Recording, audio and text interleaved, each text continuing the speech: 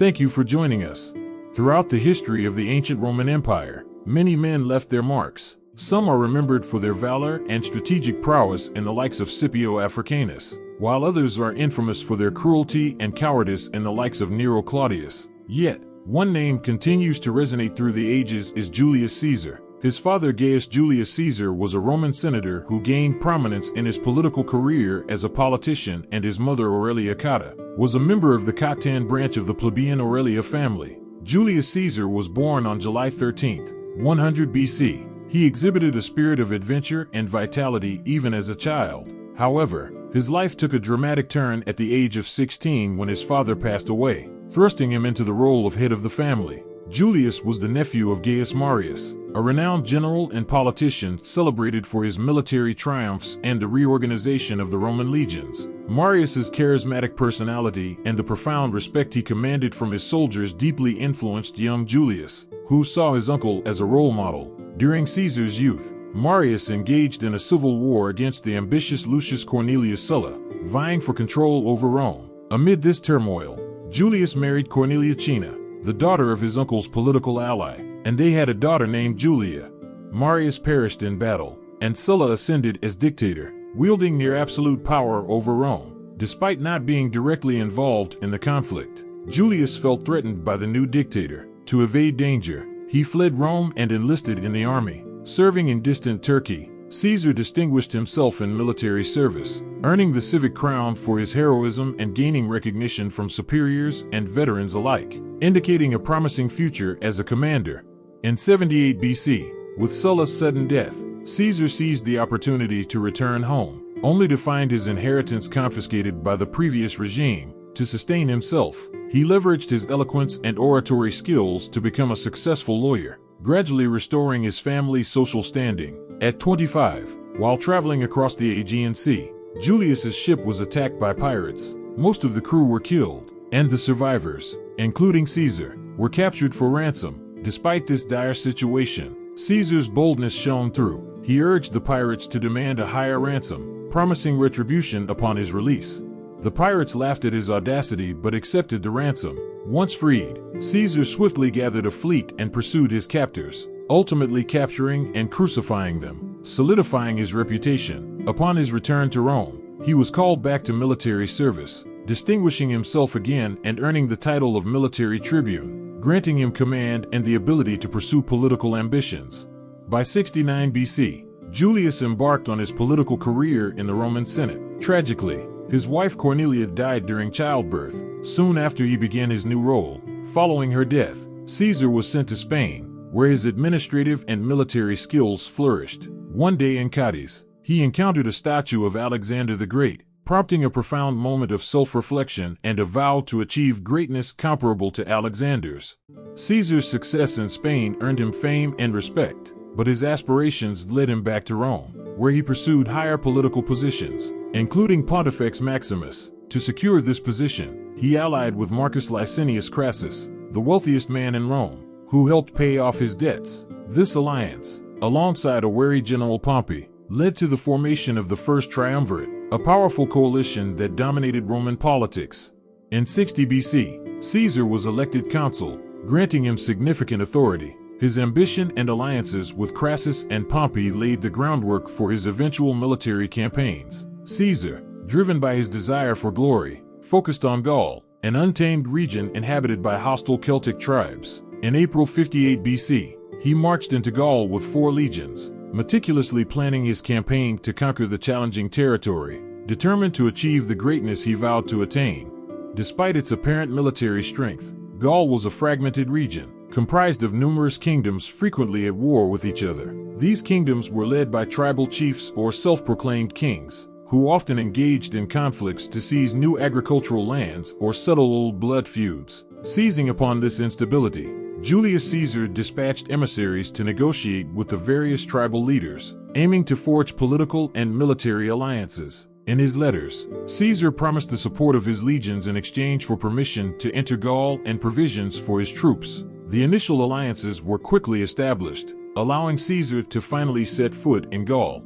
The first clash between Caesar's legions and the Gauls occurred at the Battle of Bibrate, where the Romans faced a significantly larger enemy force. The Gauls, part of the Haldesians tribe, were migrating through Gaul, leaving a trail of destruction. Caesar strategically positioned part of his legions atop a hill, gaining a tactical advantage, while the rest were concealed on another hill, hidden by trees. The Romans successfully halted the Gauls' initial advance, marking the beginning of a long and grueling battle that lasted almost an entire day. At the opportune moment, Caesar ordered his hidden legions to attack the Gaulish rear. Despite their numerical advantage, the Gauls succumbed to the disciplined and determined Roman legions, leading to the Haldesian surrender. Caesar allowed many to return to their lands to work the fields and feed his legions, while others were sent to Rome as prisoners to be sold as slaves. This victory set the stage for Caesar's subsequent conquests in Gaul. Following this, Caesar and his legions engaged the Germanic Suevi tribe, achieving another significant victory. Over the ensuing years, Caesar continued his advance into Gaul, forging new alliances, subduing tribes, and, when necessary, destroying cities and settlements. The Gauls did not acquiesce to Roman occupation without resistance. Rebellions erupted, prompting further battles. After quelling a revolt by the Belgian tribe in 55 BC, Gaul was nearly entirely under Caesar's control. By then, Caesar had amassed enough wealth to settle his debt to Crassus and live comfortably. However, his term as consul was nearing its end, requiring his return to Rome. In that year, one of Caesar's legions in northern Gaul spotted a mysterious island on the horizon, Britain. Caesar, having read about Britain in ancient Greek manuscripts, was stirred by ambition to venture where no Roman had been before. To cross the sea and reach Britain, Caesar needed both boats and time. He ordered the construction of ships, a process that would take several months. Impatient with the slow progress, Caesar decided to take a risk, sending part of his legions across the sea to establish a fortified camp. However, he did not foresee the disaster that awaited. A fierce storm drove the Roman ships against the cliffs, and the few survivors who reached the shore were swiftly attacked by Breton war chariots, forcing a retreat. This defeat did not deter Caesar's resolve. After finally securing the necessary boats, he arrived in Britain in 54 BC, setting up a fortified camp near the beach. The Britons fiercely resisted the Roman incursion. Caesar spent over a year waging war and subduing various tribes across Britain, enhancing his reputation further. His accomplishments in Britain were celebrated in Rome, causing increasing concern among some Roman senators. During Caesar's campaign in Britain, unrest resurfaced in Gaul. Tribal leaders rallied their warriors to expel the Romans. A serious threat loomed, as a united Gaul would make it nearly impossible to retain the conquered territories. One notable insurgent leader was Vercingetorix, prince of the Arverni tribe. Vercingetorix managed to unite numerous tribal chiefs and warriors to attack Roman garrisons in Gaul. Upon Caesar's return, Vercingetorix avoided direct confrontation, leading his troops in a scorched earth retreat, destroying everything in their path to deprive the Romans of resources. This strategy strained Caesar's legions, but he used his persuasive skills to intimidate and bribe tribal chiefs not yet allied with Vercingetorix, securing precious provisions to sustain his soldiers. Several battles ensued, with Caesar proving his valor by fighting alongside his men in the vanguard, earning their admiration and loyalty. Eventually, Vercingetorix retreated to the fortified city of Alesia, perched atop a hill and difficult to assault. The siege of Alesia became one of history's most famous sieges. Caesar surrounded the city, knowing a direct assault would be costly. Instead, he opted to starve the defenders into submission. However, he faced the imminent threat of a Gaulish relief army. To counter this, Caesar constructed two wooden walls, one to trap the city's inhabitants and the other to fend off the approaching army. This strategy succeeded. When the Gaulish relief force arrived, the Roman legions held firm, defeating the larger enemy. Following this victory, Vercingetorix surrendered, ceremoniously laying down his arms before Caesar. With Gaul conquered, Caesar had achieved his dreams. His name inspired admiration and fear among Romans, and his wealth was immense. He felt ready to return to Rome triumphantly. However, much had changed in his absence. His ally, Marcus Crassus, had perished in the disastrous Battle of Carrhae against the Parthian Empire, breaking the triumvirate and enabling General Pompey to seize political control. Pompey, already harboring disdain for Caesar, viewed his burgeoning fame and fortune with increasing alarm. Without Crassus's support, Pompey saw no reason to tolerate Caesar and began levying serious accusations against him, claiming Caesar had overextended his campaign in Gaul and used the legions for personal gain. Pompey issued a command for Caesar to disband his legions and return to Rome to face trial. Few in the Senate dared to oppose Pompey. Caesar knew complying would mean the end of his career and likely his life. Resolute, he chose to march on Rome with his legions, demanding respect, even if it required force. Thus, in 49 BC, Julius Caesar and his legions were declared enemies of Rome. Despite its apparent military strength, Gaul won. Crossing the Rubicon River, Caesar made a fateful decision that plunged Rome into civil war. He famously declared, "The die is cast," signifying his irreversible commitment to challenging the Senate's authority. As his legions advanced, cities and towns fell with little resistance, their loyalty shifting from the Senate to Caesar. Pompey and many senators fled to the east, setting the stage for a protracted and bloody conflict. Caesar's strategic brilliance shone through in subsequent battles. Despite being outnumbered, his forces secured key victories, demonstrating the resolve and loyalty of his troops.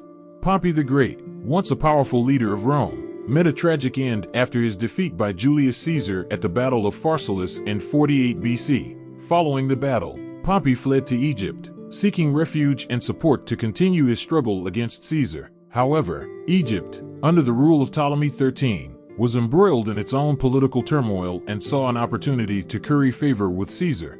On September 28, 48 BC, as Pompey approached the Egyptian coast, he was betrayed by Ptolemy XIII. Under the pretense of offering sanctuary, Egyptian courtiers led Pompey ashore and treacherously assassinated him. Pompey was stabbed and beheaded, his severed head presented to Caesar as a supposed token of allegiance.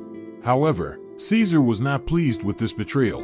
Despite his conflict with Pompey, Caesar respected him as a Roman and a former ally. The murder of Pompey marked a poignant and ignominious end to the career of one of Rome's greatest generals and statesmen, symbolizing the brutal and unpredictable nature of the civil wars that plagued the late Republic. Returning to Rome, Caesar was met with both adulation and animosity. He initiated a series of reforms aimed at stabilizing and revitalizing the Republic, from reorganizing the calendar to restructuring debt. His actions, however, were seen by some as attempts to consolidate power, fueling fears of tyranny.